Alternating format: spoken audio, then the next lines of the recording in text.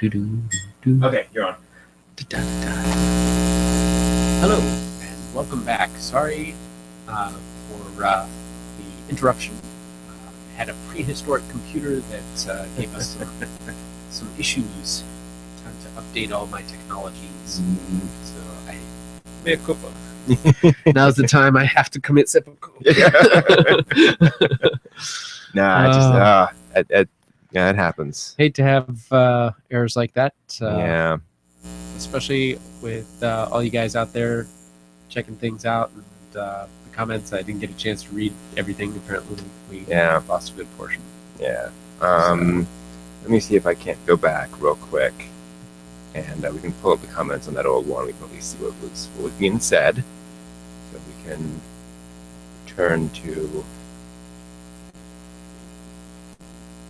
see what's going on. We'll do that by date. What happened? They died. They disappeared. Just like characters from episode X. I'm not seeing all the comments from the live stream. Bummer. Usually they cleared those are. out. I thought those were visible. I thought we'd seen those before. Maybe I need to go back and look at something else. Yeah, there's those comments. Huh. I'll have to see what's going on there. Anyway. So is there we update all our folks there and let them know. So well, they should all be able to see the new stream. So let me just go here and say, come on, how do I? I'm glad it wasn't the rain that caused this. In this area, tonight was supposed to be pretty rainy. True. And emphasizes the good practice of having UPS. And not to talk tech, but there is an interest in tech. There is. To some degree. Absolutely. And if I could get a spaceship that was a cat rabbit, I would definitely have one, because those things are great. Absolutely. Hey, guys. They're very portable. Thanks for coming back. There you all are. Hey. Cool. Huzzah. Yeah. So where did we cut out? Because we can't really see that without going in and scrubbing through a bunch of video. And we'll try to resume, at least catch you up on what we were talking about. In the beginning. Now I know why we call the show Smoke and Mirrors.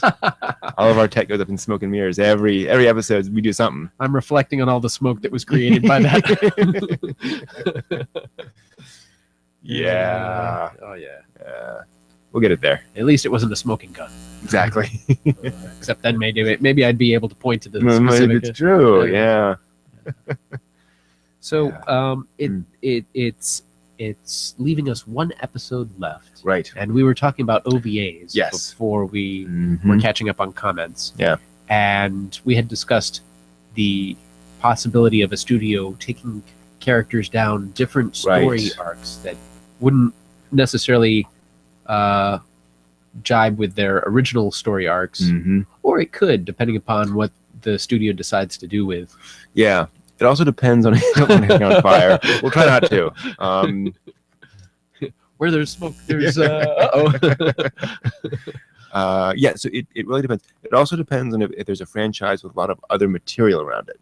So if there's already been a lot of manga or novels or what have you, with a lot of those storylines as yet unadapted.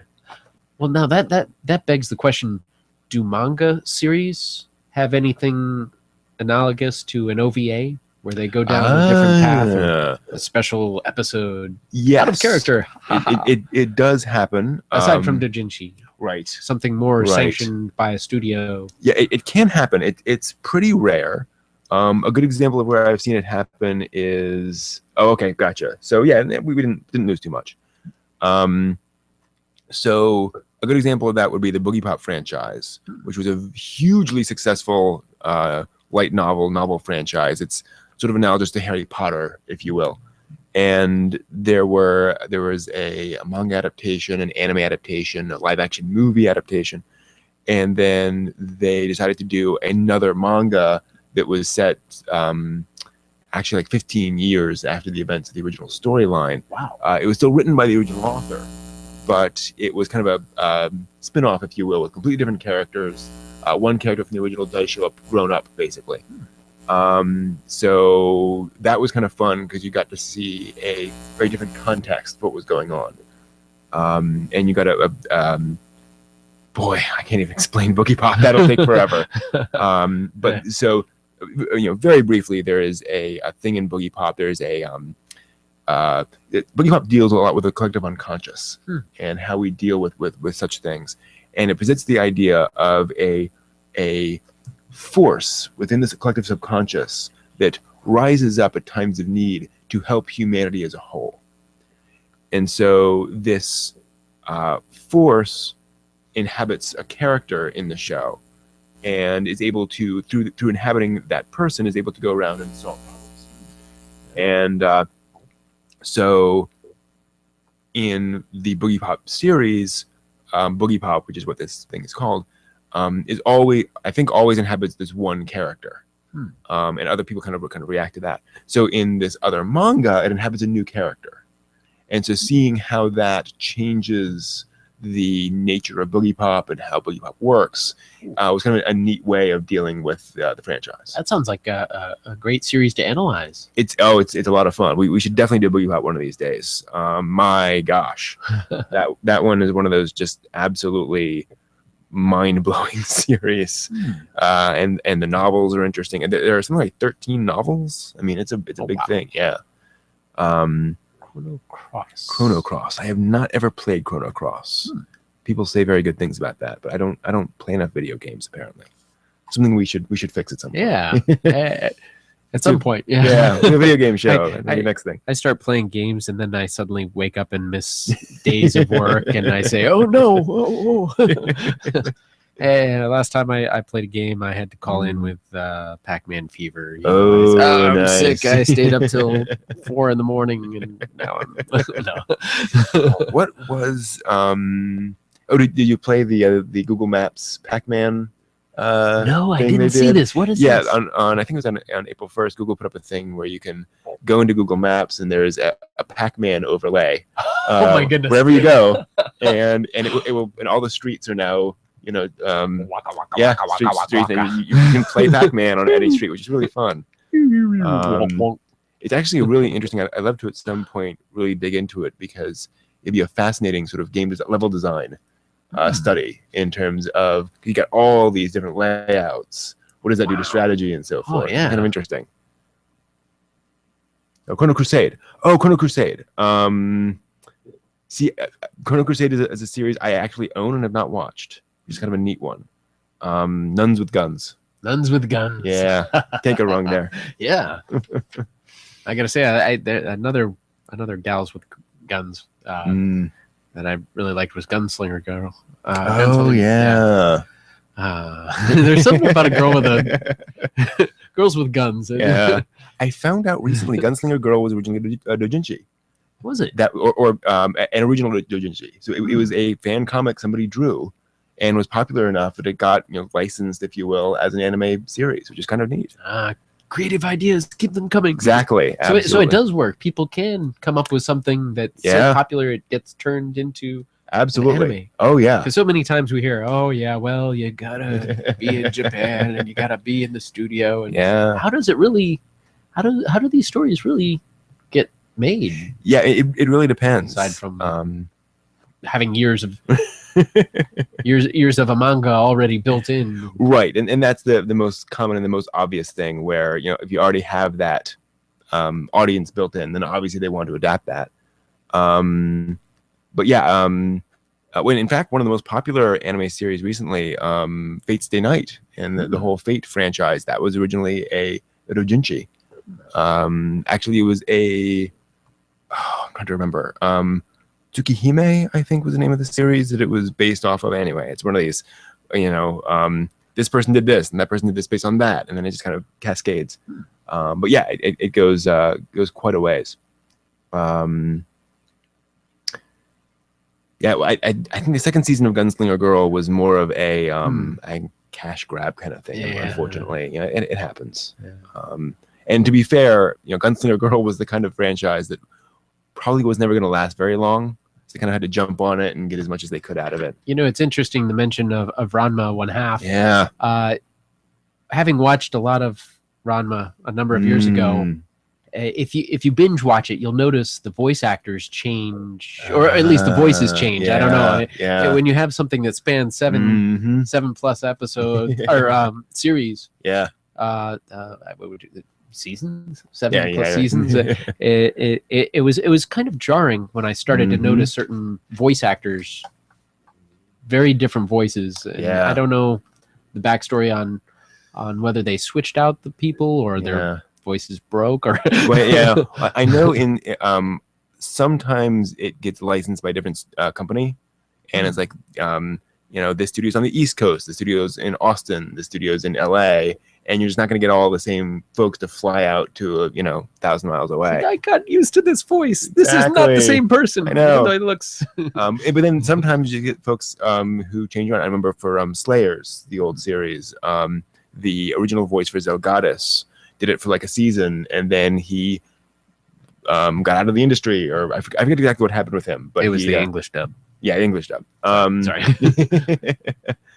And that's actually an interesting point. Yeah, that's a good point too. Yeah. But yeah, so he after a season he was doing it fine, but he left. He stopped doing it, and so Crispin Freeman had to step in and said, "Okay, do your voice." And in that case, actually, wisely they said, "Don't try to match him because we don't want you to try to match another voice actor for 7 seasons or whatever it's going to be. Just do a good voice, and folks will have to deal with it." But there does come that point where, okay, how close do you want us to do it? Normally they don't change for the Japanese dubs because they're all done in Tokyo, so everyone is in the same geographical location, but also because everyone's freelance there working for different voice acting companies, so it's a lot easier to pick and choose and pull people around, and also because of the way they record things, they can schedule things a little bit more easily. And I'd love to know how all that works, because the fact that they record everyone all in one room seems to me like it would be impossible to schedule. Just getting everybody there. Exactly. Or even half of the people. Oh, yeah. But they do that, and they'll do that 4 times a season for a 1-season show to record those, and somehow they get everyone in. I don't know how it works. Really have to. I suppose when money is on the line, people are a little more committed to showing up. And voice actors get paid insane amounts of money in Japan. Oh, really? Yes, way more than animators, way more than even anime directors. Wow. There was an infographic about it. I know. So different. It's very weird, but they will get paid something like 5 times as much as anyone else working on that. Well, I've found that a voice well cast can really do wonders for a show. Yeah. Some shows I can go and cook a meal and just listen to and follow everything in detail, just from the expressiveness and the way things are going. Other shows I can't leave for more than a few seconds because I got to see what's going on. Yeah, because the voice just doesn't carry, and part of that's the storytelling technique. Sure, but part of it is the voice and what they're really, the way they're saying it. So if I know somebody's going into an emotional spin, I can just imagine all the things as I run over to my kitchen to make a quick sandwich to come back so I don't miss anything. Yeah, that's a lot of the fun. Yeah, I mean, it's really interesting seeing how important voice acting is. It's one of the reasons why we have anime voice acting as a profession, and why we do so much with them and sort of respect them so much, is because audio is 50% of video. It is really important to have to connect those things. Actually, I mean, this is a good example. If I start playing this around, you can. What's going on here? She's glitching. She's glitching. But it's really hard to pull from context what the conversation is, what's going on. Just little bits and pieces I can. Obviously, mostly because I've seen it. Right. Obviously there's frustration, things like that, but it's really, especially in a show like this, which is fantasy and sci-fi and all that stuff. So that voice acting really communicates a lot. The theater of the mind. Yeah. And I feel really bad for Kaguto's voice actor, because the original, and you can see it sometimes in this episode, where there's this very deliberate lip flap It's just open, close, open, close, open, close, which you can do in Japanese much more easily. And over here, just how do you do that? So there's times when he's like, "You will bring that to me." It's different. It's tough. Hey, Night Sabers, good to see you back. So yeah, so we've been talking here about the attempt to, and here's classic Japanese, what's called sakugai animation, where where somebody is given a shot to do and they're told go crazy, animate it as cleanly and as much as you want. And so here, when this blows, there's all sorts of smoke in space, and there's also all this wonderful stuff. I like that. The effects are not bound by gravity there. Yes.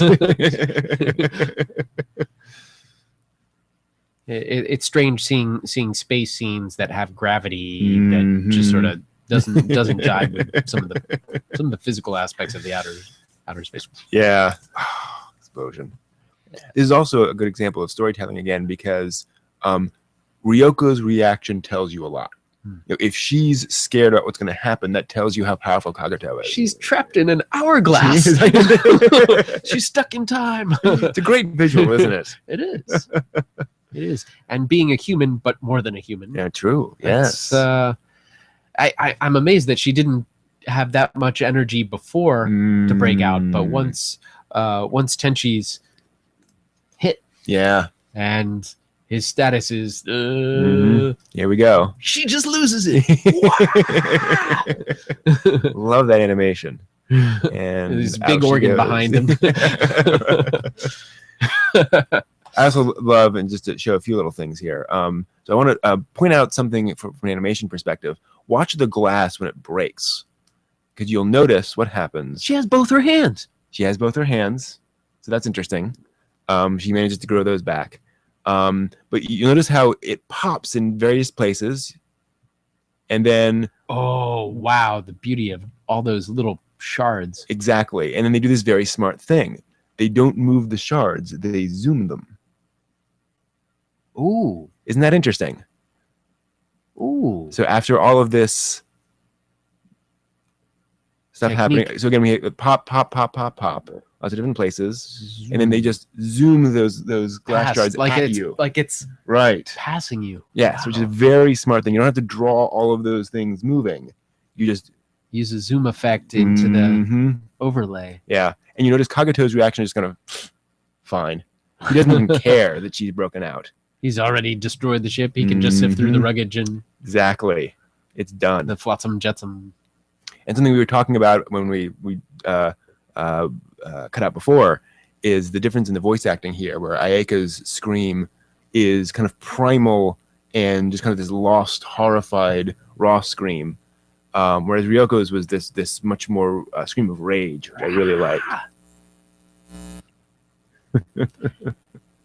It's amusing when Masa brings this up. That it's really amusing when they refer to their budget in the show. They really break the fourth wall, and there's a number of animes that do things like that. Fooly Cooly, when they talk about doing the manga version, it's all we ran out of budget.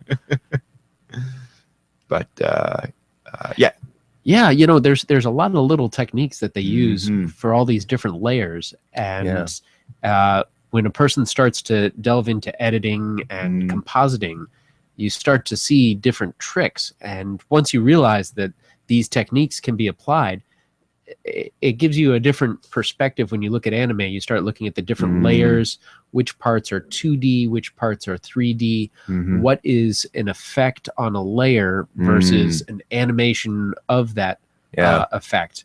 And the difference is you can do an effect on a layer, or you can animate the layer, and it's sort of a shorthand to be able to use the new tools that are in the toolbox. Basically, we don't have to draw every cell. As the old days, but you got to learn how to use them right. In fact, this screenshot is a good example of that. There's a special effect on this shot, which is Ryoko's tears. You know, that is a glowing bit that they had to draw in to make that work, and painting with light, as they tend to call it. And it's a special technique. If you've seen Gundam and you've seen the eyes of the Zaku mecha, which kind of come in and move around, especially I think in the later series, that is a special effect they had to comp in on top of the animation to make that move, which was very difficult. Of course, he is. We go deeper. Remember? Try to. Exactly. In fact, in the when they were working on Serial Experiments Lane, and they were cleaning it up for the Blu-ray, they talked about how it was so nice because now they can do all that digitally. And back then, when you're trying to align these little things, there's a shot where there's a family sitting in a room, and there's light reflecting off the glasses. Someone's into it is working. Yeah, exactly. And that's it. They could never get it exactly fitting right. It's funny when you mention that. On some of the older animation, I see little crosshairs where it looks like they were trying to line things up. Is that that's usually what that is? Yeah, yeah, and especially when you see any kind of glow. Generally speaking, glow is some special effect that they've layered on top of it, and it's very hard to align. That is the way things are. First on-screen death was Lion King. Yeah, no, back up there to Liquid Snake's point. I had the same reaction when I saw this episode. I was like, did they just kill Tenchi? I mean, yeah, I don't quite believe it, but my gosh, And to be fair, that happens in anime quite a lot. They will kill off a character like Yamcha, Krillin. DBZ is certainly known for killing off its characters. It happens. It's one of the things we like about anime generally is they're willing to do it. It doesn't have that always that perfect rosy ending that you expect. Exactly. Just Disney's trained us, I think, in some respects. And it also has the advantage that because you have an industry that does have so many different bits and pieces going on in any given franchise, you do have that luxury that you can kill off a character in the OVA because the manga is still ongoing, or what have you. There's a lot more flexibility to deal with those things and move forward. That's nothing, Nightsabers. You should see the fight with Frieza. That's like a 20 episode fight. Whoa! It just 20 episodes. Gosh. Wow. I'll put it this way. I first watched Dragon Ball Z seriously. Well, I say seriously. For any length of time while I was watching Gundam Wing. We got through. I watched half of Gundam Wing and one battle of Dragon Ball Z. Time compression, expansion. He's going on and on and on and on. And granted, it was one of the most popular, things in Dragon Ball Z. So I guess it, maybe not popular, but as long as something doesn't lose momentum. Yeah. If the suspense is dragged on too much, sometimes I start to lose interest and say, well, this episode's been all recap except for this tiny little bit of new excitement. Yeah. I hope they don't do that next week. One thing I really like that, for example, Gundam has been good about is that when they do recap, they tend to spread it out throughout the show now or throughout the series now. So they'll do, the first half of an episode will be recap, and then they'll do that, every 5 or 10 episodes instead of doing a whole recap episode every 20, which I think works a lot better. I think that's a better technique just because if you have a viewer who can't make every episode, then they get little bits and pieces. They're not completely left in the dark saying, I'm going to stop watching because I don't know when the next one's going to fill me in on what's happened. What's the whole recap of everything up to this point. And you could, the other side of the coin where folks used to like that because then you could just say, okay, never watch these 3 episodes. It's all filler. It's all backstory. I don't know. You got to figure it out. I've heard some recommendations on that with Naruto. That these are the series parts that you have to see. These are the episodes you can bypass if you're getting just the abbreviated version. It'll be worth watching. Yeah. Sometimes that kind of works. Toonami is complex. I like the spaceship. Yeah. Who's that voice? Is that voice the same guy who did Cowboy Bebop? Oh, Steve Bloom, I don't think so. No. Because he has sort of that feel. He does. Let's look that up here real quick. Tenchi Kagato, voice actor. I do know that way back in the day, there were, let's see here, he was, let's see here, in the, let's see here, Michael's, that's weird. Huh. Okay, I've forgotten that part of the storyline. Michael Scott Ryan hasn't done too much actually. He's Kane in Tenchi Muyo in Love, which we'll have to see at some point. Kind of a similar character. Let's see, Michael Scott Ryan Appears about his age. Yeah. Oops. Wendy Lee. Wendy Lee. That is Faye Valentine. Faye Valentine. You know what's funny? I went to visit my dad the weekend before last, and I caught him watching Cowboy Bebop. I never expected to see my dad watching Cowboy Bebop. That is so cool. Yeah, Steve Blum is a really cool guy. He's very, very chill, very, very normal kind of a guy. Well, and he was not a voice actor. He moved pallets. So yeah, he was just working at some like, remember back in the 90s when you'd have these DVD distributor or VHS distributors where they would come out with like X random Hong Kong action film and then this random Japanese film and so forth. He was working at one of those companies. And one day they said, hey, come in on Saturday. We need someone to record monsters.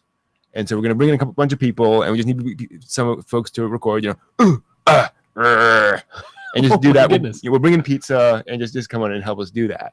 And so he came in. I think he said his first work was with the Guyver back in the day, and so he recorded monsters for that. And that got on his resume, and so he just started working his way up. And he was, Soldier A and Soldier B, and just built it up. He said, "Yeah, I was just some random guy." And it turns out he had a voice for it. Wow! Just from doing those different things. Yeah. Yeah, Carl Maychek is a very special guy. He was the one who did Robotech. He organized Robotech. He was the reason Robotech exists. I don't know who he voiced in Robotech. I wasn't aware he actually voiced anyone in Robotech. He may have. That would be a neat trivia thing to find out he actually did something in there. Yeah, Carl was definitely a super fan. He was quite interesting. Yeah, Tony Oliver was. Yeah, definitely Rick Hunter. Has there ever been a more 80s hero name than Rick Hunter? that says 80s too. Yeah. My goodness. Yeah. Anyway, so any other thoughts on Tenchi before we move on to Yamada? Well, just since we did lose a video, the ending is intense. Yes. So I'm looking forward to the next episode, which is the last in this series. It is. Yeah, I know. It's what's interesting about the series actually for me is like I watched the first few episodes and I was enjoying it. It was interesting. I had a good time. But yeah, I mean, to me, it was this episode that really switched it over and made it a really dramatic, really interesting storyline. Like, okay, now I need to know what's going to happen. Not all next. just fun and games. This is serious. Exactly. Rage. That's amazing, actually. Night Sabers. I'm just going to go ahead and do a quick. Yeah, I'm kind of curious on that. I had heard something along those lines, but I just want to pull it up so folks can see it in the credits. So Isamu Dyson in, whoops, I can't zoom that way. So in Macross Plus, Isamu Dyson, the hero, is played by Lee Stone, who is also Bryan Cranston. Wow. Look at that. Wow. Walter White. We'll have to Breaking rewatch Bad. that. Yes. Have you seen Macross Plus? I don't think I have. Oh, that's a good one. Something to see. We'll have to do that one, definitely. Armitage So, 3. He also did, wow, I was on Armitage the Third or Armitage 3. The Ghost in the Shell movie is Dr. Willis. I think he's the one who was working on the Android. I'll have to go back and rewatch that. Wow. Interesting. I have new respect. Yes, absolutely. That's really cool. And then Call of the Wild. Mole Diver. Wow, that's an old one. Honey Mise. That's a pretty good list. I don't think he's doing much anime work these days. I'm gonna bet probably enjoying all his money. Exactly. Yeah, I think he's moved on. That'd be interesting to go back and check. I mean, Wouldn't he be one to see at an anime no convention? kidding. Well, actually, I did his work. I remember Isamu's voice, and it does not remind me of his voice. I mean, he did a very good job of that. Yeah. That's really cool. Wow, Quite an actor. quite an actor. I mean, as if Breaking Bad wasn't Yeah. enough to- Yeah. What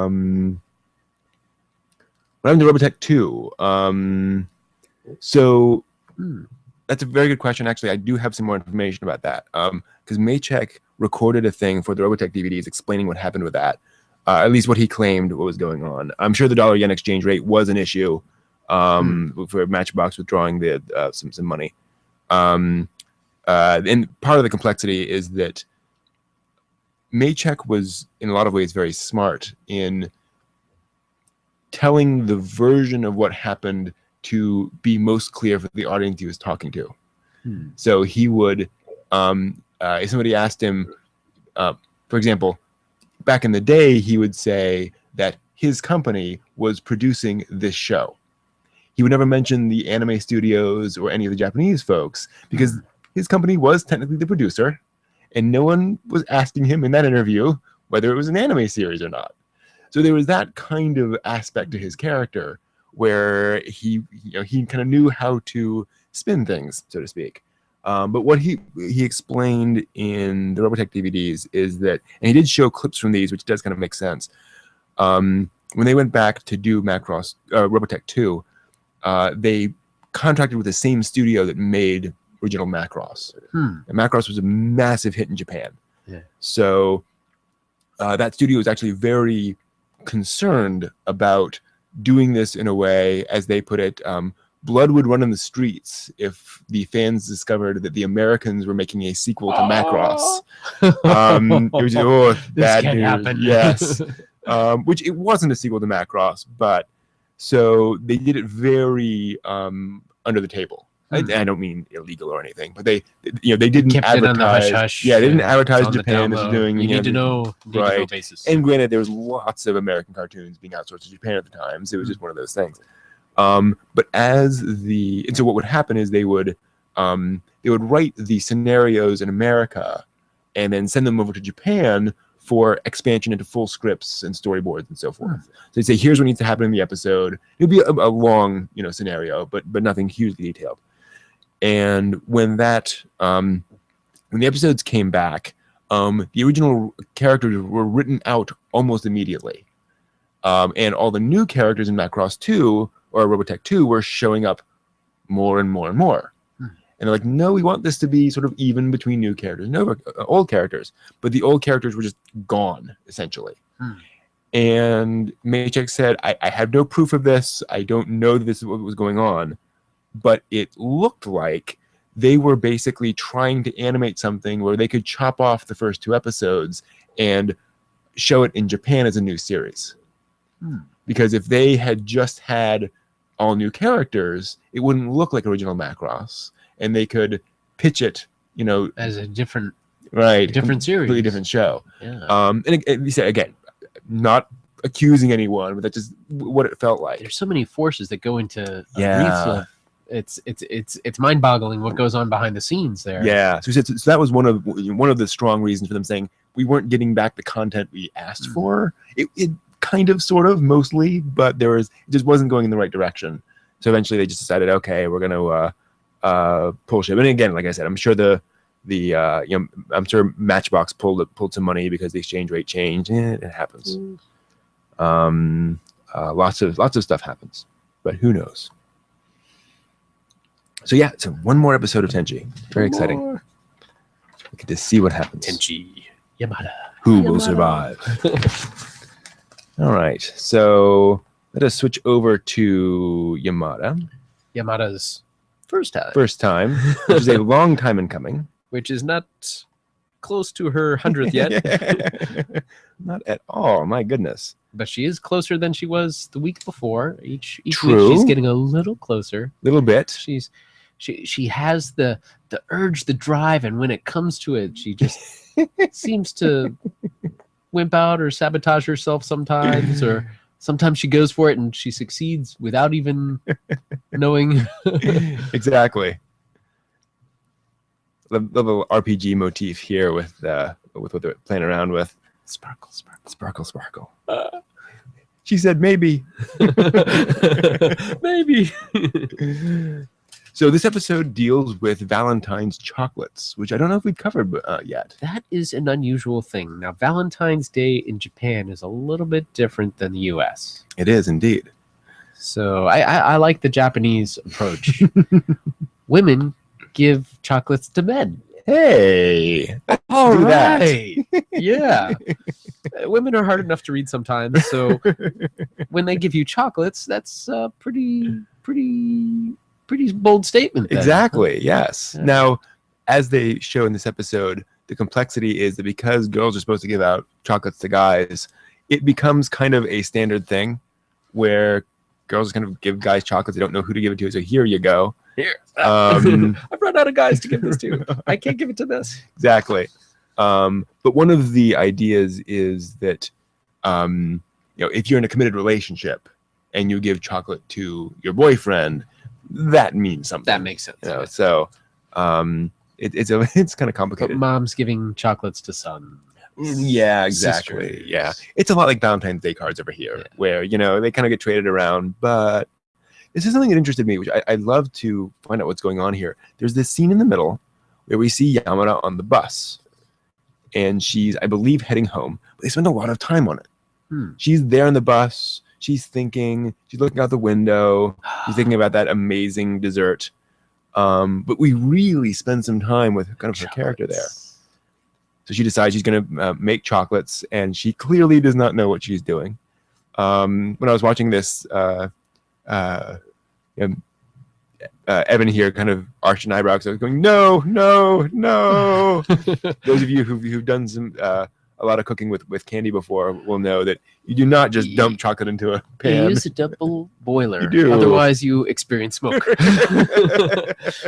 This was very amusing because as a first-time cook, chef, an attempt in the kitchen, she makes the rookie mistakes. And the childhood friend of Kosada is just light years ahead of her, but can't even approach him. Exactly. I love that shift that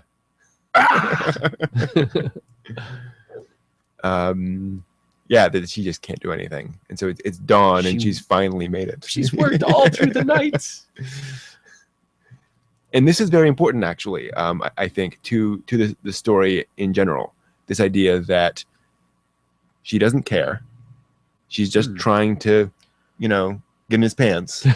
She spent all night trying to make chocolates for him. She's motivated. But multiple forces are motivating her. Yeah. As much as she wants to stay just with the carnal drive, I think she's got some emotional attachment. She does. But she always plays it cool in front of him. She's not going to let on to him. Darn cold a lot of times. Yeah, actually. almost downright cold. And that it's no wonder he has trouble reading her sometimes. Poor guy. In fact, here, here's some chocolates. Here's chocolates. Oh, okay. What? I felt so bad for Kosada in this episode. Even the girls are giving her chocolate.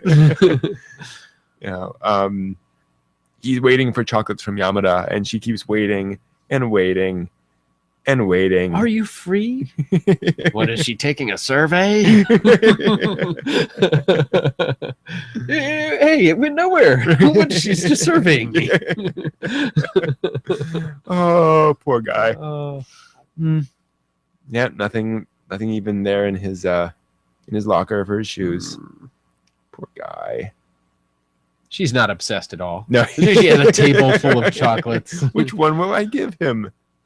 Oh, the poor girl. I mean, my gosh, is that Jello there? A Jello Mold kind of a thing? I don't know. Look at all those curly cues with the chocolate. Yeah, Shavings. that's and icing. pretty crazy. White chocolate and like a chocolate chessboard and yeah, all these different confectionaries. I mean, those one enough is talent, but this girl has some skills. Yeah, no kidding. In everything except for confronting the boy she really wants. And what's so sad is she gets it out. She gets it. Like, I'm gonna give it to you. The door here. I'm giving you. Wrong person. And she's not gonna say, "Oh no, wait, these are for Kosada, your brother, not Kosada, the whole family," which is an interesting thing. We call him by his family name. Yeah. And it's only certain spots where we hear Takashi. True. Which is his personal first name. Yeah. So Kosada. Technically, she's Kosada too, isn't she? Is that she is. She should popular Japanese thing? You call each other by your last name, yeah, family name. Yeah, absolutely. Only when you're on a very personal basis, use first names. Definitely, yeah. Usually in the U.S., we kind of put it the other way around. Yeah, it's very personal to use that personal name. Yamada. What's she gonna do? She waits the last minute. She's avoided the whole thing. She's afraid of confrontation. And so what does she do? I love that look of exasperation. Shoves it right in the mailbox. Runs off. Oh. And the wrapping job. It's not the most refined wrapping job. And presentation is an important thing in Japanese culture. It's a very good point. So she gave it her best effort, which is a good first effort, but it's not a refined effort. No. Mystery chocolates. Right. Who could this be from? And why would they give us this? And she put her heart in it. This is awesome. They feed the chocolate let's feed it to the fish. The fish dive. Boom. It's great. Oh. Creepy chocolates kill the fish. But he likes them. Yeah. This was very sweet. And he confronts her. She plays it so cool here. She doesn't even, and he's very tactful. He doesn't go out and say, "Oh, those chocolates were awful." He knows that that's a big deal for a girl to do that, which I was kind of glad, because he could have said, "Oh, we killed somebody. We killed our fish." But he's tactful. And yeah, absolutely. And it kind of catches her off guard. But she plays it so cool. Yeah. She doesn't admit to anything. No. Which she should. She should say something, at least hint at it. Exactly. And he almost does. Yeah. She almost does. But well, it gets back to that central irony of this series, is that she's trying to move things forward, but everything she does, she then retracts and moves backwards with. Self-sabotage and plots that are so crazy they backfire. Speaking of which, her next little plot, which is thanks to her Eros deity finally showing up in a dream, is quite something. She decides she needs to. And I love this thing where she's meditating on top of the tower. So her friend's talking about how she read an article about how sexy it is to not wear underwear, and so she gets exactly the wrong idea about it. She gives the whole hug. She goes naked all day, catches a cold in the process. Yamada says, "That's genius." Oh, incidentally, Furious 10,011. The breakdown lane. Yeah, that franchise is going to keep on going on as long as it needs to go. That cow will be milked. Yes. There's actually an interview with Vin Diesel, where, and I don't know, but I think it was on Craig Ferguson, where he asked, "Why are you making all these Fast and Furious movies?" And he said, "Honestly, I've had this dream for the longest time. This may sound crazy. One of my huge passions is Hannibal. Lecter? No, the general. The actual Hannibal. The actual Hannibal. He says, I desperately want to make a huge budget Hannibal movie. I've been putting time and money into it for years. The script is written. We're ready to go, but no one will give us the money for it. Oh, wow. So he's parlaying this. He says every Fast and Furious movie gets us wow. closer to my Hannibal movie. Would he star in it? That is his intention. I don't know. After making all the Fast and Furious, it's going to be hard to separate him exactly. and think of him as Hannibal. But I did not realize he was more serious about that. And yeah, now apparently. It makes a little bit more sense, because after the first few, it was kind of, okay, I've already encored several times now. It's well, and to be fair, and he's talked about this before, where at this point the movies are a 6-week vacation in Monte Carlo, or wherever the trip is. You go out, you shoot during the day, and then you go out in the night. You enjoy yourself. It's not that big of a. It would be nice project. to see him in a more serious historical. Is he going to try and stay to his story, or is he going to take it to the crazy? No, apparently, he's really serious about this. He wants to bring the story of Hannibal to the world. I think that would be great. It would. Historical movies are fantastic, especially when they stick to as much of history as is reliable. Yeah. Because I hate getting a history movie and then I have the false impression of something. I'm like, yeah, but didn't you see the movie? Oh, what are you getting your history from movies? Oh yeah, that's right. Oops. Yeah, it's something. I mean, as much as I love 300, for example, that was such a visually stunning movie. What I appreciate about 300 particularly is that how much it dealt with the themes of what was going on there at the battle. But my gosh, there's certain things that stretch that contract with the audience, the suspension of disbelief. Yeah, and I'll let that contract be stretched in some cases, but if they stretch it too far, then it loses credibility. And so I'm sure everybody's had the experience where they go to a movie and they say, I was following it up to a point, and then it just took a turn to crazy. Yeah, exactly. And it is tough with history. I mean, no movie is going to be perfectly historically accurate, but you want it to be, at least believable. Yeah, exactly. But I mean, let's be honest. Fast and Furious is basically, a fictional version of Top Gear. That's just, let's watch cars drive. It's beautiful. Maybe they could get a mashup of Fast and the Furious and Transformers. There we go. There we are. There's a trilogy. Movie mashups. Well, now that Disney owns, half of all fictional universes. Oh, they've taken over fiction. They've invaded fiction. Yeah, it's going to happen at some point. So, back Yamada, to Naked Day. Yes. Squirm. It's kind of cold today. I love all the euphemisms she has for her private regions. Yeah, she has a number of them. She does. They keep coming up. She's squirming. Nobody would notice until she starts squirming like that. But, so we now know that she has math early in the day. The famous, you're stuck in classroom for how many hours? Why are you squirming at your desk? I literally like got grossed out when she said, the desk feels sticky. Yeah. The chair. There's no good reason for that. It can't go anywhere good. She brought out an interesting point around here about the falling birth rate. Yeah, and that's been something that Japanese culture has been experiencing.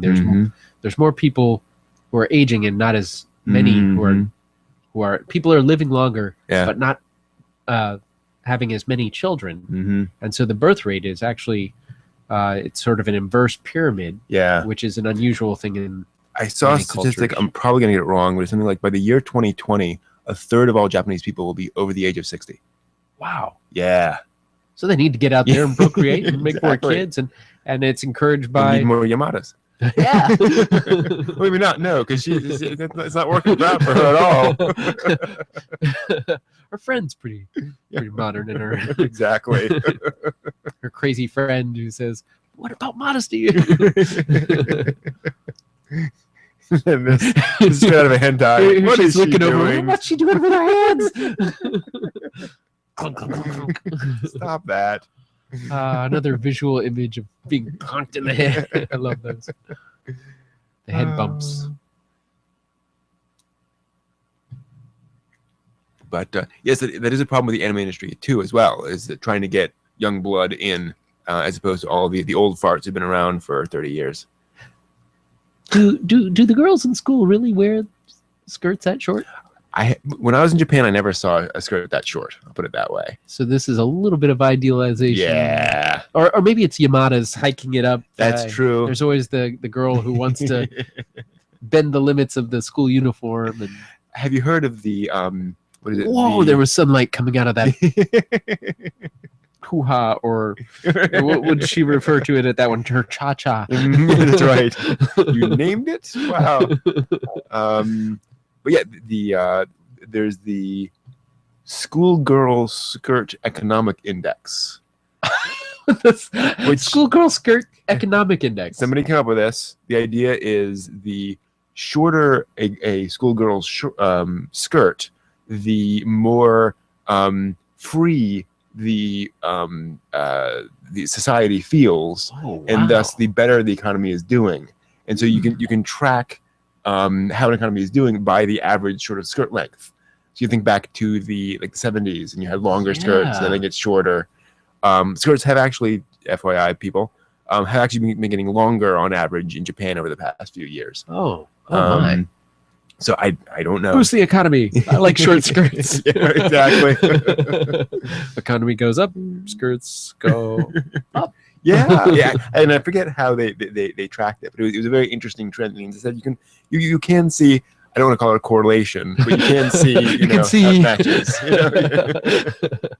And I think similar things have been seen in the U.S. as time has gone by. I remember it's crazy, a Gilligan's Island episode where they talked about the trends in skirts going up and then back down again, and it makes sense that certain freedoms are expressed when there's more liquid assets to give you the freedoms to pursue different adventures. And and how conservative is the culture? How much are they trying to protect girls' modesty? All that kind of stuff. It's quite interesting. Don't know how true it is, but it's interesting. Great theory. Yeah. She's asking what? She's asking if he prefers girls not to wear underwear, and he just has no idea why would she ask me that? Straight up, she just, do you like the when? Well, like soda? Like soda? Like soda? He confused my muffin with soda. He compared it to soda. Her muffin. So many euphemisms that they use here. How can you compare my muffin to soda? Well, in his court, being blindsided with that kind of thing, he should expect something from her at this point. This is true. They have kissed, and even if it was a crazy momentum caused French kiss, right? they have been walking down that path. Yeah, they very much have. Things have been definitely crazy enough. He should have just outright suspected her of the chocolates. That's just true. Right to it. You give me chocolates. Oh. She's given up. Her plot has failed. Right. So she's just going home for the day. Go home for the day. The door opens. But wait, what do you want? And what happens? Her hair flips. But so does her short skirt. His eyes. He's shaking a little bit. Never mind. She looks mortified. She got what she wanted. Here we get my favorite line of the episode. I gotta walk the cat. I gotta walk the cat. Does he even have a cat? I don't think so. I can't think of anything. I gotta walk the cat. I have to take my crab for a walk. Exactly. So confused. And he's surrounded by tissue boxes. Those are stacks of the same box with the tissues coming out. He's got the idea. Yes. He's got lots of energy. Mm-hmm. Sis notices it. He's going out for his 4th run of the day. Oh. Well, and to be fair, for those curious about the schoolgirl skirt economic index, Hayao Miyazaki himself said that when he was working on Kiki's Delivery Service, he went out and spent all day watching girls' skirts and just watching how they moved, so he would understand how that worked. The breeze, the way the breeze, exactly, and the flow, the walk. To be fair, kind of fair, you look at the pleats of a skirt. And how they wrap over a body. Are the pleats all going in the same direction? Are they going clockwise, counterclockwise? Exactly. Do they meet in the middle and fan out? Mm-hmm. How's the light affected by each of those pleats when it blows in the wind? Does the pleat shape of the shadow on her legs exactly in the light? A great point. Yes. It is a complicated thing to animate, no question. And you don't want to get it wrong, right? Yeah, anything. And I mean, and also, I mean, in Kiki's Delivery Service, he has a skirt that's blowing all the time because she's in the air. So because there's all that wind moving, they're going to have to do that a lot. It's not optional. And they're not explicit, but we know what happened. Exactly. And also on the other side of the coin, we do see up Kiki's, skirt a lot. She's wearing bloomers. She's wearing bloomers. It's fine, but there are a lot of those shots in that movie. I'm just saying. Yes. Which is just kind of a little creepy, but what can you do? Just so happy. And the endorphins that creates. Exactly. He's yes. on cloud 9. Upcoming interviews. Right. Never gone without it. Also, note that this was when she was in the 3rd grade, and she's already kind of stacked. I mean, that's pretty impressive. She's So when did you last not wear underwear? Oh, when I forgot them. Oh, you're so cute. And there's end credits. Like cherry blossoms. Sakura. Definitely a fun episode. Yeah. Moving along. Although, as we saw for the next episode, they're starting another school year. School year. It's been a whole year. She's going up a grade. Yeah. And she hasn't got Mark 1 in her. I don't know, what would she mark, her belt or lipstick case? I don't know. Yeah, with her, it's a dangerous question. I feel for her suddenly her name eludes me. F-Cup. Childhood friend. F-Cup. I feel for her because she's timid, but she has those desires, but she just can't break out of her shell. Yeah. She tries so hard, and when she does, it falls flat. I think we've all been there. Yeah. And the easy thing to identify with, isn't that? It's true. Well, and that's the other interesting thing about the show is how kind of gender swapped it is. How often guys complain about that they want to talk to the girl, but they're so shy. And obviously this happens to girls too. But it's kind of neat seeing that in this context of girls struggling with that as well. I still want to know why we have a magical girl version of her, because that is adorable. That is cute. And I really want to see that show up at some point in this. I hope it's not just something they drew randomly for the end credits. We'll see. I have to watch my cat. I wonder if that's her version of the Eros deity. Oh. Yeah, I'm sure he's thinking of photos now that he's out running. Right. There was a cat photo. There we go. Yeah. So there's that guy that we saw in the opening credit sequence, the redheaded guy. So I wonder what's going on with him. I had heard I had heard this theory somewhere before Brent mentioned it, which is but it is amusing to think that there was also another theory about the fat content of U.S. models, swimsuit models. Interesting. And during times of economic depression, the idealized feminine body shape was a little bit more plump. Interesting. Because she was obviously getting her nutrients. Yeah. And so the size being a factor and weight being a factor that was tracked over time with economics. And so depression times, it was a little bit more plump woman. Interesting. And very skinny during other times. But, you know, it's a loose science. Sure, tracking these things, but it's a general trend that's noticed. And that is interesting. I'm sure there's a lot of other trends that have been noticed that I'm kind of curious about. Yeah, there's got to be. I mean, every now and then I hear stuff on NPR. I'm like, really? Wow. Yeah, I mean, you know, all sorts of things are affected by the economy. So you're going to see trends bouncing back and forth. I know there's been stuff looking at color and how certain colors get more and less popular as things change. Yes, yeah, exactly. Still 100. Not done with Kosada yet.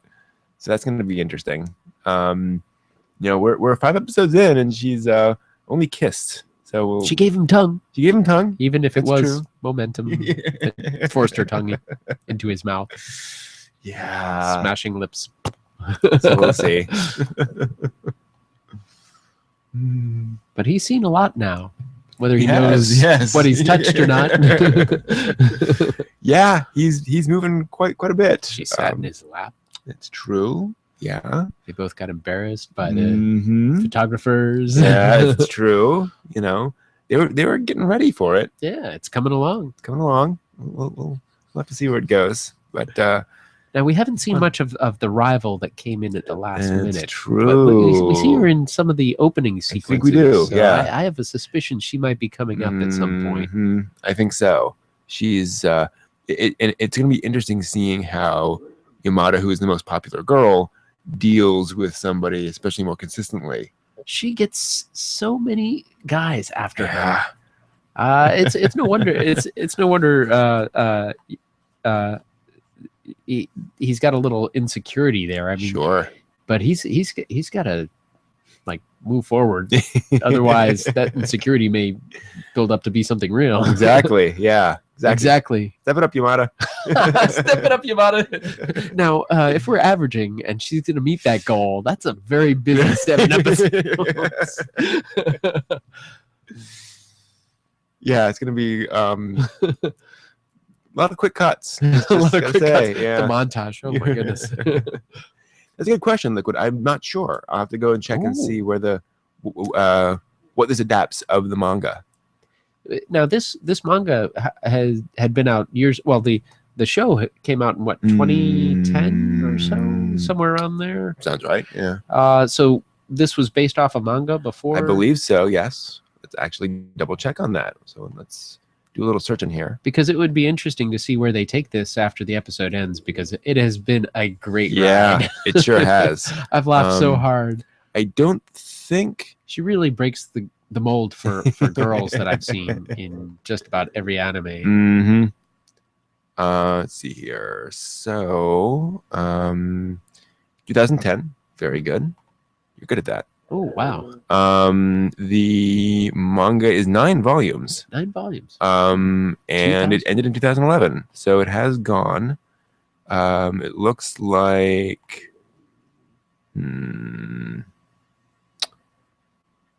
we'll only see up to volume 6 of release date. Well, that doesn't include 2011, so maybe they just haven't been listed on ANN yet. But yeah, I mean, generally speaking, you'll get a couple of episodes out of 1 volume of a manga. So I got to imagine they went on a little bit further. That's cool. We have to clamor for more episodes. Exactly. More episodes. More episodes. Yeah, I don't think it ever came out over here, unfortunately. It would be fun to see. I'm sure it's online somewhere. Somebody's fan translated it somewhere. That's a good number of episode series volumes. Yeah, yeah. Yes, it's certainly chugging along quite nicely. Or certainly did at one point. Is there a general rule as to how many anime episodes a story is extracted from? Is it approximately one manga issue to several episodes? Or good question. It depends. The main, generally speaking, from what I've seen, it's probably 2 volumes per episode. But the thing is, for example, Shonen Boys manga, when it's very actiony, tends to move very quickly in the manga, because it's designed to be consumed very quickly. I think they said that the average manga reader reads one page of shonen manga in 3 seconds. Yeah, just they're barely even reading the words, so trying to get through what's going on there. Devour. Exactly. So that that can get adapted to. It depends.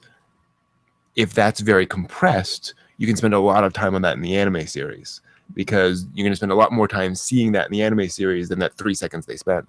On the other hand, if it is just rushing through story, that means that in those 13 pages in an individual issue might move very quickly in the anime as well. It just kind of depends a lot. The storytelling, the technique, the section of the story.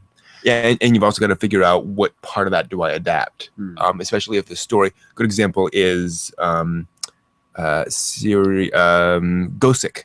which came out a couple of years ago, which is a detective story basically, and every novel is a self-contained mystery. Ooh, so that's got to be wrapped up in a certain period of time. Exactly, and you got to figure out how to adapt that such that in 13 episodes you're going to complete however many that's going to work out to be. Solved. Yeah, so I think they did. Case closed. They probably did 3 different stories in there. I don't remember, but that's the kind of thing you got to figure out is okay, how do you do things. And as I think we mentioned before, in Haruhi's case, they the third volume. The third story is completely self-contained. They decided to move that away and not adapt that as part of the TV series. It's actually a movie. So yeah, so they said this is not going to fit in a TV sort of storyline. So you gotta kind of figure out what your story is. It sounds like it would be a fun fan exercise to take a manga and adapt it. Yeah, as a storyboard for an anime. Definitely. I bet that's quite a process. It definitely can be, especially because typically the anime staff isn't working with the manga artist directly, so they're just here, adapt this thing. So they have to figure out, okay, how do we do this? Tricky. It sure is. Yeah, sometimes good because they adapt some of the more oddball stuff, like MMM. Watamote's pretty weird series. I love Watamote, but it's kind of odd. Yeah, licensed in Taiwan, interestingly.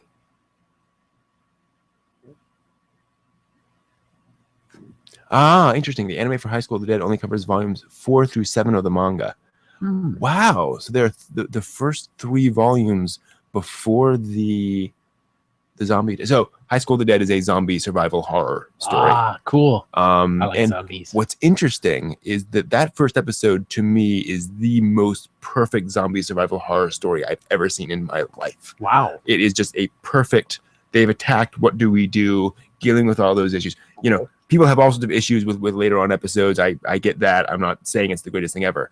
But just in terms of how it structures itself, it's fabulous. Oh, wow. And it's interesting that there's more story before that. I'd be fascinated to see kind of how they structured that. Lead up to the... Right now, they had that problem that the manga is kind of stalled in terms of storyline, which is always an issue. But it was certainly big when it came out.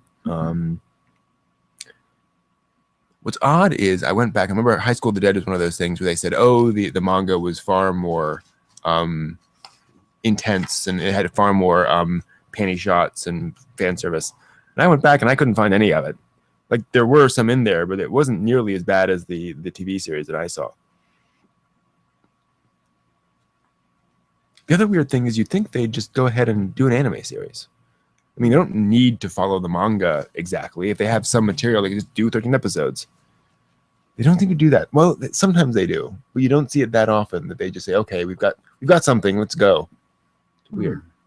The creative influence of the original story versus how much liberty do they have in veering from the story. Well, and that's the thing is that we all have to remember that these are usually partly financed by and driven by the publishing company. The folks who publish that manga are driving for the production of the anime series because that drives more sales of the manga. So if it's not going to drive more sales of the manga, it's driven. I wanted story driven. No, that's sad. But sometimes they can both be the same. most often. Yeah, A good story is a good story. right. And generally speaking, I mean, if an anime studio is going to tell a story, it makes sense for them to tell their own story, to do an original OVA, as opposed to kind of doing a half story with something else. But again, it depends.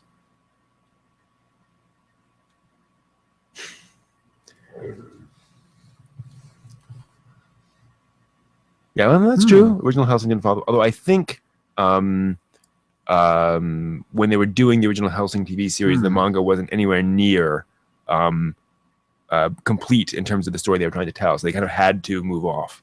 Trigun's a good example of that too, where the story of Trigun, particularly the ending, is completely different from the manga because they hadn't ended it yet. It was way far away from the ending. So they came in, and actually the anime production company came in and said, "Here's our idea for the ending. Is this okay?" And he said, "Sure, go for it." The multiple endings. This has inspired me to check out some of the manga that I haven't seen yet. So yeah, the manga goes off in really interesting and really weird directions. Yes, the Fullmetal Alchemist is a good example. Soul Eater, where you follow the manga and then you have to diverge at some point because you just don't have enough material. Well, see, like what I have a tough. So look what Snake is asking. How good can the story be from the anime studio compared to the original author? I don't hold the original author in that high regard. I don't think that a mangaka working on a manga is fundamentally a better storyteller than any given anime director. I think it's kind of a false dichotomy there. I think an anime director might be just as good of a storyteller as any given mangaka. You know? Sometimes one could be better, sometimes the other could be better. Exactly. You know? We're all creative to certain extents. Right, and so you get the whole point of canon. Now, fortunately, in the sort of anime industry, they're not as concerned about canon as we are over here. So different stories can diverge to a certain extent, and no one really freaks out about it. But fans it's not consistent with the Marvel universe. And that's the thing. You know, Episode 3, back in 1972. Yeah, fans get really, really worked up over that stuff. But not so much in anime. Well, sometimes or is it manga? It depends. I mean, often the fans will. Some fans will get really worked up over it. Is that more of a U.S. thing or just the genre? I think it happens more often amongst American fans. I think there are certainly Japanese fans who are just obsessed as American fans with continuity. But I think there's more of an acceptance in Japan that the anime adaptation will diverge to some degree. It's just kind of part and parcel of the way things are. But over here, we get just a little more, I don't know, possessive of how things should be. A good example of that would be actually Dune, the Dune franchise. Oh, wow. You know, people get really worked up over making sure you adapt that really well. But if you look at, for example, the Children of Dune adaptation on Sci-Fi Channel, it moves off in its own direction, but it's pretty close. That's a great example of something that in Japan, they say, oh, okay, you did that thing. Fair enough. But over here, folks, you know, chop down, oh, well, did they did this right, or should they have done that right? You know, it's just a different approach. Well, exactly, Theo. That's kind of how I approach things. I think if you adapt something very closely, that doesn't necessarily mean it's kind of does mean that it's not a very creative project. Yeah, and there's certain things that work well in print that don't necessarily work well in motion video. Exactly. Anime, film, TV. There's just different narrative techniques that are used, and going on for pages and pages and pages of beautiful description may work in print, but you see it for a few seconds and boom, okay, I saw it, let's move on. Yeah. And so what may be a very picturesque novel may be a very boring video, but it's described in ways that are very ornate and beautiful to read, just not, you know, you don't get the same impact of that when you just observe it without the author putting their perspective into it. Exactly. Yeah, I'm working with an author right now on a story who is he has a tendency to be very dialogue and character driven, but not describe locations much. And he does very well in some spots. There are spots where just characters enter a room and that's it. And he just goes on with the dialogue and Big stuff. room, small room. Exactly. Is a room with wood floors, with Please. high ceilings or low ceilings, carpeted? Does it echo like crazy? Right. And that gets to that point of you don't need to describe everything, but we need some orientation to things. And it's something you can often get away with in print, but you can't in live action or other things. Yeah, the new Dragon Ball thing.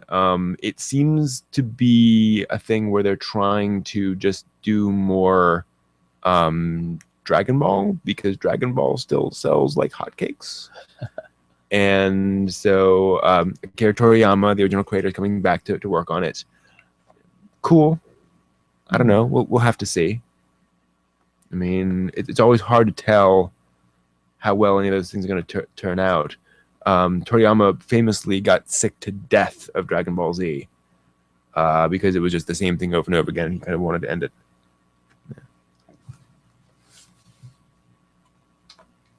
Yeah.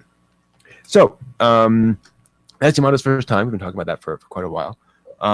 Did want to mention, and I know I mentioned this in the video in which we were recording, we talking about all this. We are planning an interview in a couple of days with a local group called Studio Cosplay. Studio Cosplay? We are, yes. A Did you know about group? this? No, tell me about this. Interview. People are here. Yeah, so we got together. Actually, I went out to a local cosplay event thing, and they talked about this thing where, so these people doing this really neat thing where they kickstarted the purchase, or I guess the lease, of a warehouse space that they're going to devote to cosplay. So, and apparently they all had cosplay stuff in their house and they outgrew their houses. Oh, wow. So they're like, we need to find some place to store all this place. So the idea is they can not only store all their stuff there, they can also put equipment there. They can put sewing machines, all that stuff. Wow. Cosplay people are very crafty. They are. They've got skills to do all sorts of things that are just amazing to see. They pull out costumes out of stuff that just, the craft work is incredible. It is. So if they're amassing they're coming together. Well, and apparently they're modeling off kind of the hacker space and the maker space movement, where you have one space where lots of creative folks can come together and work in the same physical location. It sounds like that should create some synergy between the different creative minds. And, so we're going to be interviewing these folks. We are. So 3 of the folks involved in this are going to be coming over here to do an interview, and we've already collected some great questions about that. But I'm wondering from the chat room, do you guys have any suggestions for things you would like us to ask them? We'll ask the obvious things, Velcro or zippers, right? Red or black. So we'll ask the obvious things like when will you open, and what stuff will be there. But what would you like to hear from them about what they're going to do? Yeah, it'd be fun to get some good questions that we can ask them, because we can only think of so many questions. Yeah, and you guys are very creative, and I'm sure you have questions that we wouldn't have even thought of. Absolutely, yeah. It's going to be interesting seeing how that works out. I mean, I'd love to see that expand into something where we can kind of check back in with them and help them out. Now this is going to be a pre-recorded that's the plan. Interview, so we won't be able to chat live at the time. So that's why we're asking for questions now, just in case. Yeah. I mentioned in the video, I like to live stream it if I can set up a camera somewhere, but I don't think we'll be able to do that. So such is life. So will we be playing this in lieu of next week's episode, or in conjunction with? I think the plan is to do it as a separate episode. A separate episode. Yeah. Nice. We'll launch it as part of our interview series, our 1-episode interview series. Oh, nice. I like that. And what should we name the interview series? Oh, that's a good question. And while you're thinking about that, want to talk about the news? News. Yeah, the news. The news? New news? Yeah. If it's new, it's news to me. Exactly. Business model is something I'm really curious about. That's a good point. Are they going to have membership? Yeah. And it was a Kickstarter? It was originally, yep. A Kickstarter. Just the whole Kickstarter process is if you haven't encountered it, like I haven't, it sounds very interesting. The idea that people could come together and fund your endeavor. So we might be able to ask them about that and where they plan to take it in a business direction after that to keep it afloat. It's one thing to get funding, but it's another thing to keep it afloat afterwards. Exactly. And I know a lot of hackerspaces have the idea of like premium memberships where a core of people will pay some amount every month to kind of keep it running, and you don't need to be part of that to join and make use of things. But then they get like a key to the door kind of stuff. Wow. So that might be one way they approach it. I don't know.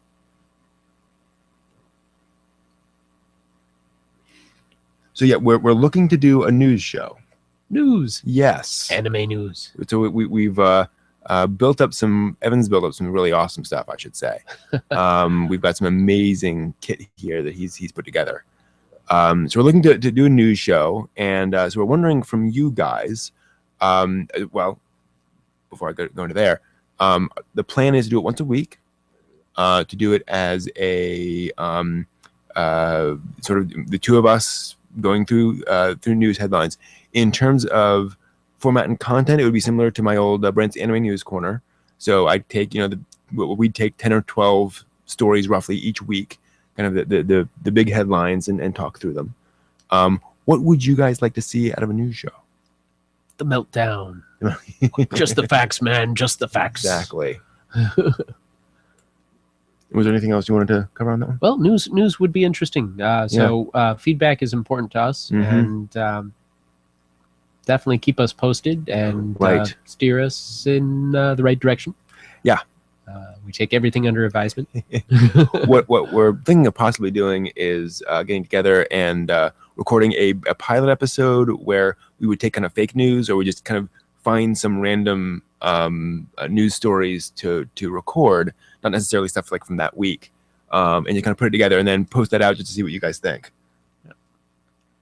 And there's always something going on in the world of entertainment, and anime is definitely an important area, but we of course also discuss manga because it overlaps with anime. Yeah, and anime is just one portion of animation. True. And since Japanese animation draws from some American animation, and American animation draws from Japanese animation, there's an overlap there as well. As some voice actors do both U.S. animes as well as Japanese animations. And of course, that's another area to itself. Animation. And of course, voice acting. Cosplay is important. Conventions are important. A lot of folks like to go and cosplay at conventions or listen to voice actors or panels. And it's nice to know what is going on in around the world in convention world.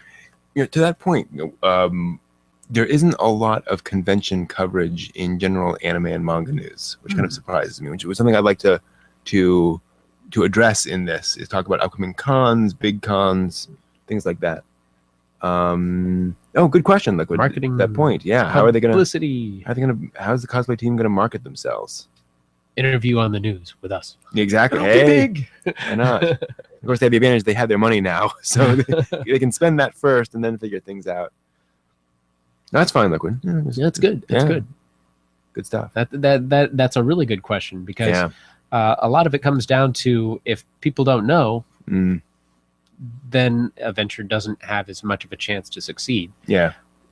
Even if it's a fantastic idea. And I think this is an idea that's I'm surprised there wasn't something like this in place already, because the ability to share resources and space is really valuable. Not everybody has enough room to set up a sewing room in their house, or all the materials on hand. And this allows them to not only exchange sewing materials,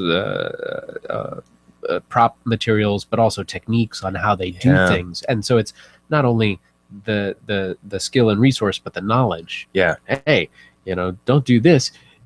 you'll sew your thumb into it and it hurts. Or you'll sew your thumb into it and it hurts. Or 3D printers. Right. Yeah. Yeah. You can do wonders with them. Yeah, that's very true. Yeah. And apparently, the other nice thing about that is that there's that multiplicative effect, where with all those people around, you can create more and bigger and better things. So you're not just limited to your own stuff. You can now build that giant winged costume because there's space for it, and everyone somebody can lift help the you wing out. while I try this Exactly. on. And apparently that's something they do want to do, is make it that way. Yeah, expanding to other locations. As far as we know, and as far as they know, this is the first time anyone's ever done this.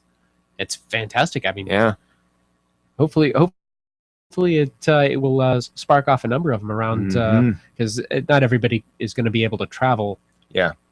So that's a very localized event. But if it's successful, there may be a few that pop up here and there. And next thing you know, it's everywhere. It's everywhere. Yeah, that would be pretty amazing, and it would be great to see those techniques then also shared, because we have obviously lots of cosplay videos about techniques and tricks, but being able to see it in that context, we can get lots of different folks. In cosplay itself, there's not only the choosing the characters and the creation of the costume, but there's also some pageantry that goes on. True. With that.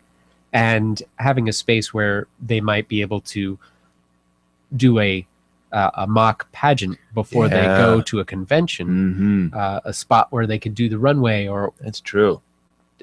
Try out their poses and see if things work. There's probably less of a chance of a costume malfunction on the floor. Yeah. So prototypes and Yeah, test runs. I have a friend who does some cosplay, and she says it's, you know, one of the problems with designing cosplay is you're designing something for large amounts of wear for a short period of time. And, you know, regular clothes aren't designed to be worn for 15 hours and being moved in certain ways over and over and over again. Wow. Especially when you're, it's part of some larger thing, and this is taped onto this thing, and, you know, all this good stuff. So cosplay tends to disintegrate a lot more quickly than regular clothes do. Take those pictures quick. Exactly. And so, yeah, and obviously I don't mean anything prurient about that, but just the fact that suddenly, you know, this arm is coming off or whatever. So you have to figure out something what you're going to do there. To different techniques, different tricks.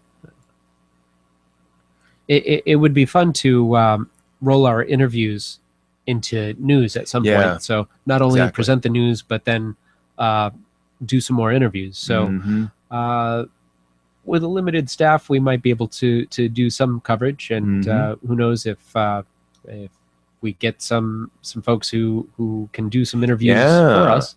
It would be fun to contribute to the effort. And exactly. So it would. Some of the ideas that we're throwing around are not just conventions, but voice actors themselves. It would be great to talk to studios, although you know that may be a little bit tricky to work, but it would be fantastic. We'd like to keep on a friendly basis with them, so we don't discuss piracy with a smile on our face. We know it happens. So we want to support the industry. I loved your stuff fan sub. It was great. and I've heard people say that, but they say once it's licensed, play by the rules. You know. I don't think they get the quite the same reverence here in the U.S. as voice actors as they do in Japan. Yeah, true. But it would be nice to maybe have some studios, some voice actors, distribution networks. Maybe even some content lawyers for this. It would be fun to get a dialogue with fan subbers, you know, people who actually are out there churning out the stuff that we love to consume because we can't get it anywhere else. So that's a little bit on the more risque area, but I think covered under the freedom of the press, we could say, hey, you know, it's you know, we're covering it as a press item. We're not necessarily endorsing in that way. Stay okay with the studios like Funimation.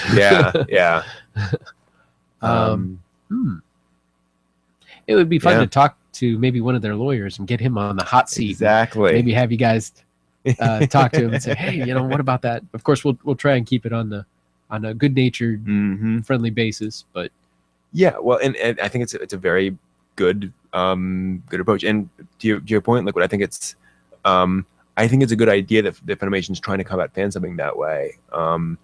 I think the truth is that the cat's kind of out of the bag as far as that's concerned. Fan subs just kind of get consumed anyway. But I think that is a way of encouraging people to say, hey, if you want it, it's here legally, in high quality. You don't need to go fan subbing. oh wow, Cool, Masa. avant-garde. There we go. See, this is our fan base. They're thinking ahead of the curve. They're Yeah. smart. Yeah, definitely. And where else do you envision the news potentially? Good question. So we've talked about a couple of different things. J-pop, J-pop would be cool. J-pop, K-pop. Yeah. There's the whole world in J-pop. I'd honestly like to cover doujinshi. Dojinshi would be fantastic. Yeah. That's a whole world No in one itself. talks about that, and being able to talk about the stuff that's not what a lot of people think when they think doujinshi. So covering the more original, serious, thoughtful stories as opposed to the more H ones would be nice. And also, honestly, covering the American doujinshi scene of folks who are doing fan comics over here. American Dojinshi show. Yeah, wouldn't that be neat? Yeah, I'd like to know that it exists and where it is and a little bit about it. No one talks about it. But yeah, definitely J-pop. In fact, music in general tends to get underreported. I'm kind of blanking on some things. Well, We talked about convention coverage. There was with convention coverage, there's all the items that we mentioned. We can have coming events. Here's what's coming up. Here's what just happened. If we have somebody on site who's had a chance to interview any of the people at the convention, and that could be coordinators, directors, voice actors, industry panels, cosplay groups, highlights of some of the pageantry, pretty much any good interviews. It would be fun to have a news clip of that. And here we're going to what happened over the weekend, and this was the rave went really well. Here's a few seconds of it, and then here's the dealer's floor. Wow, lots of dealers here. So one of the things we'd like to do on that score is we would like to recruit some of you guys to help out with that, to record some, how to put this, test video. And we're not saying do it right now, but one of our things in the future is the idea that if we can get some of you guys to pilot some of that stuff, we'd love to have some of you guys going out to some of your local conventions and providing coverage. Yeah. So Baby Metal. Baby Metal's amazing. It's basically they'll get 12-year-old kids to do a metal band. Oh, cool. It's a lot of fun.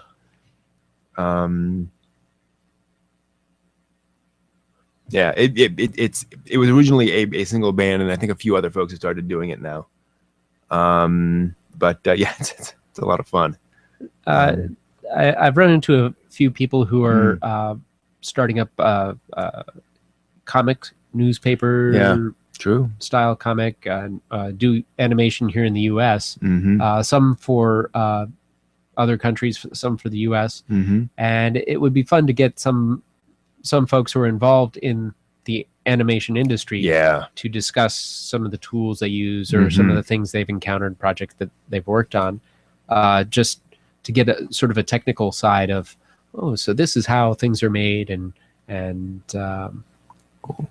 That would be fun to check out. Yeah, absolutely. Awesome, Masa. We'll definitely keep in touch on that. Give you more information as we move forward on that. I would love to do something that deals more with animation globally. Korean animation. No one talks about Korean animation. They do a lot of animation there. They do a lot of animation. Been outsourced there.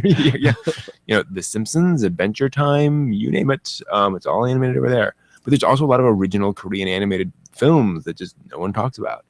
And then the growing Taiwan and Philippine animation industries. And then just all the French animation's been made, all the Russian animation over time. There's Russian huge, animation. That's crazy stuff. yeah. And so that's really there's a budding. There are several budding African animation movements that are really interesting. So yeah, I mean, that would be neat to see. There's lots of neat stuff out there, and with the internet now, we can get so much of it. So it's really cool. Have you heard? I'm gonna get the name wrong, so I gotta look this up. Was that what it was called? See here. What was it? So there was this amazing animation, and I'm not going to find it now. But it was it's a superhero series about a young girl who wears a hijab. Oh, wow. In a traditional Muslim country as her superhero outfit.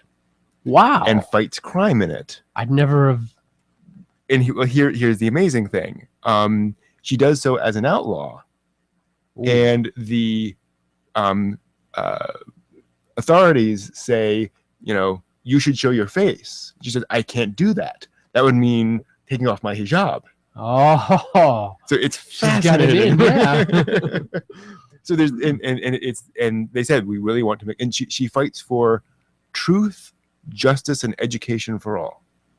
Yeah, really interesting. I could see this influenced by a gal who was in the news. Possibly. But there's also that interesting stuff going. And this is actually something a TV I never show. even knew of. Yeah, it's a TV show that airs in Arabic. It actually gets countries. airplay. Yes, it gets airplay. That's impressive. It's unbelievable. So there's folks who would, not everybody's upset about it. So. You're right, exactly. And I think I kind of it gets a pass being a cartoon aimed at a younger audience.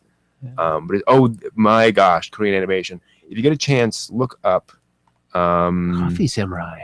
It'll be the Five-Tailed Fox, which I just typed into the chat room. Yobi the Five-Tailed Fox is, in my opinion, a Studio Ghibli level Korean animated film. Wow. I think it's on Netflix streaming still. It was last time I checked. Okay, I gotta write this down. Of course, saying that is going to build up everyone's expectations. They can watch it and say it's not that great, but I just love that film. Beautiful little film. Now, what about games? Should we cover games? Because there are games that get played at conventions, role-play games, even video games I've seen at conventions. So that's a very good question. It's something we haven't really talked about before. I'm not a video gamer, so I've avoided video games on Talking No Video because I just don't know enough about them, and I want to kind of focus down on anime and manga. But I think it would be a great thing to cover. Yeah, perhaps somebody out there is exactly really into games and might be able to do some game coverage. Absolutely. Games have even their own conventions. Yeah. It's funny, we get an overlap of different cultures and subcultures because we do. A lot of gamers like fantasy. Yeah. A lot of fantasy people like anime. A lot of anime people like cosplay. A lot of cosplay people like J-pop. You can take it in so many different directions. Sure. A lot of us got into anime because we liked animation, period. So we got, from Disney to anime, or what have you. Disney to anime and the make movement. Yeah. The people who like electronics, technology. A lot of this is involved in electronics and technology. The ability just to make fan subs. Yeah. Translation is another thing. Oh, I'd love to get some translators on here. That would be great to interview a translator. Mm-hmm. And the make movement with 3D printers is another area that's exciting. Yeah. It would be really cool for the news thing if we got a couple of you guys and we had just, different segments. So here's a segment from the video game person. Here's a segment from the other person. Yobi's not on Netflix. That's a shame. No. I know it was there for a while. That's how I watched it. Aigu. That's my Korean. Aigu chum. That's more than I know. So so that'd be really cool to do some more news stuff. But it's funny you mentioned video games. So I'm planning to launch this anime convention in a little bit. And what? Oh yeah, I should have mentioned that at some point. You're planning to launch an anime convention? A very special anime convention, yeah. So my goal here is I've always been frustrated by how panels get underrepresented at anime conventions. They're there, obviously, but they don't get much press, and they tend to get scheduled at the last minute. So my goal here is to make a convention that's panels only. So you go, and there's a panel room, and you go in there, and that's the only thing happening. So there's nothing else to distract you, and there's, in other words, nothing else is going to be scheduled at the same time as the panel you want to see. That's always something I find frustrating, because I stand in line and I may not get into the panel that I want, but there's another panel at the same time that I'd love to go to, and if I have to choose one line or the other, and I'm committed to success or failure based on how many people they count up. Yep. Click, click, click. So that is the goal, and the idea is on the Kickstarter, you do we'll kickstart it, and at the, I think we're currently, don't quote me on this, $40 will get you a badge to the convention. So that'll going to get you in the door, and that will guarantee you a spot and a chair. And so we're inviting a bunch of academics and other folks who have written and talked about anime, and we're going to talk about that. And so we've started asking folks for their topics. We have a list of people who want to come, and the first topic we got was, I want to talk about video games. Hey. And Legend of Zelda and how they all work with anime and manga. And we're like, we didn't actually initially put video games in the list of kind of stuff we wanted to cover. So the person may want to talk about something else, we don't know, but it was funny how the first thing with video games immediately pops right up. Tenchi Forum, that's a good idea. I like that idea. You should look up the Tenchi Forum guys. Thank you, Liquid Dust Snake. I did not know there was a Tenchi in Tokyo OVA. I will have to track this down now. I consume all things Tenchi, so Tenchi. That is a good thing to know. The first harem. Huh? First harem anime. Lucky guy. Exactly. Every once in a while, I have a number of girls around me, and I just feel. Doesn't happen nearly as often as I'd like. I don't know. Cool. Yeah, I'll look up. I'll make a note for that right now. Tenchi Forum. So yeah, let us know what you think about a new show.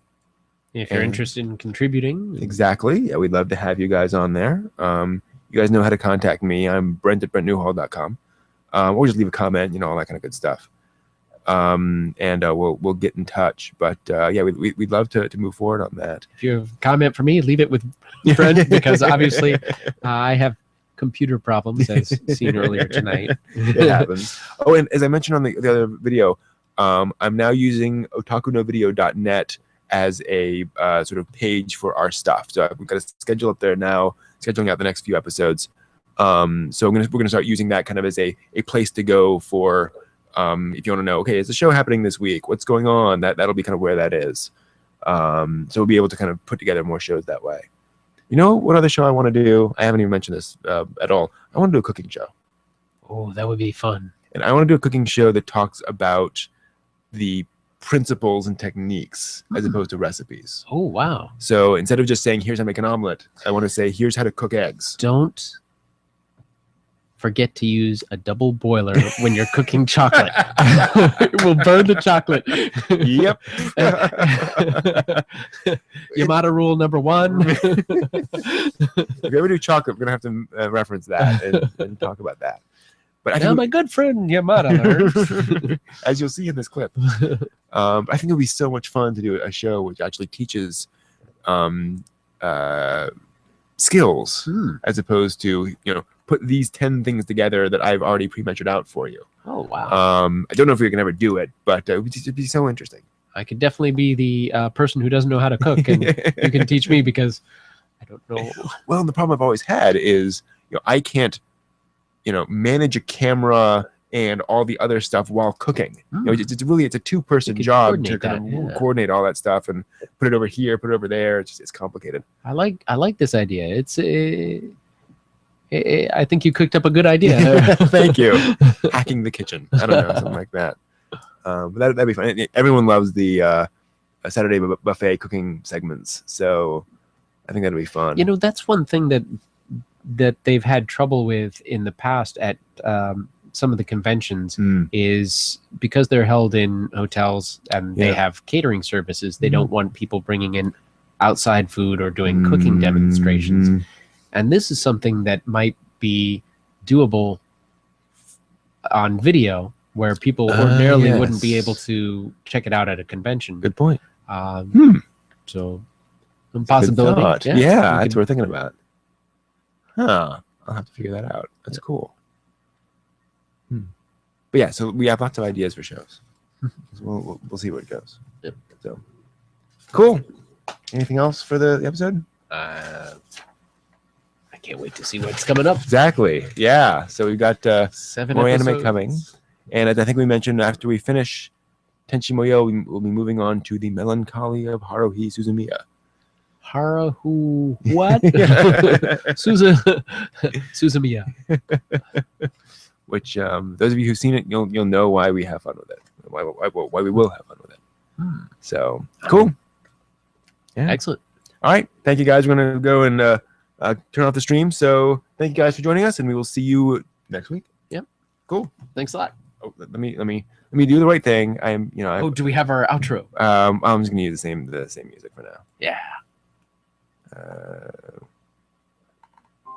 That's what